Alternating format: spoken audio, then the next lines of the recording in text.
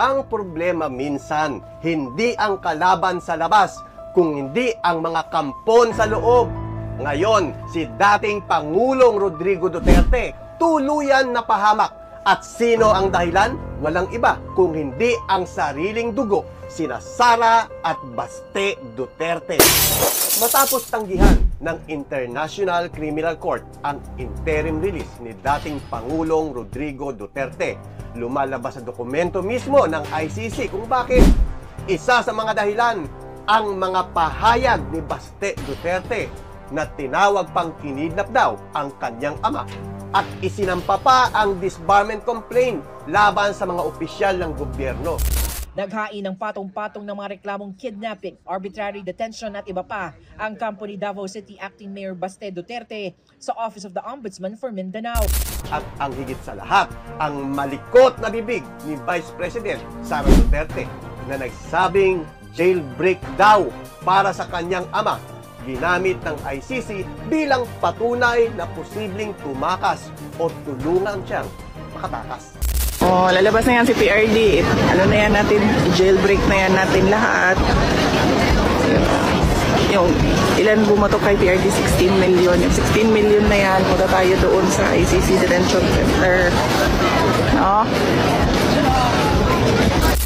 Sa simpleng salita, sila mismo ang nagbaon kay Duterte sa mas malalim na hukay, habang pinaglalaban ng mga abogado ni Duterte ang humanitarian release.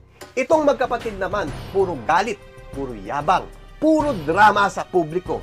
E di ayun, ginamit ng ICC ang kanilang sariling salita bilang ebidensya ng flight risk. Ang resulta, wala.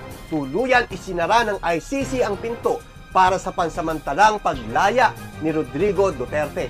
Kung tutuusin, kung tahimik lang sana sila, kung pinag-isipan lang bago magsalita, baka may pag-asa pa si Duterte sa interim release.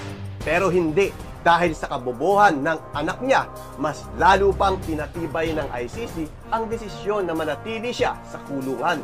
At kung sakaling mangyari ang pinakamasaklap, kung mamatay si Duterte sa loob ng detention, siguradong gagamitin ni Sara ang pangyayari para sisihin ang mga Marcos at manghingi ng simpatya sa publiko.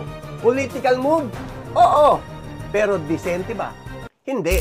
Ang leksyon dito, malinaw. Hindi sapat ang apelyido para tawagin matalino o makabayan. Minsan, ang pinakapanganib sa isang leader ay hindi ang kanyang kaaway, kung hindi ang sariling anak na hindi marunong manahimik. Dahil sa kagaspangan ng dila at kakulangan sa diskarte, si Rodrigo Duterte ngayon ay nagbabayad ng presyo sa kabobohan ng kanyang mga anak.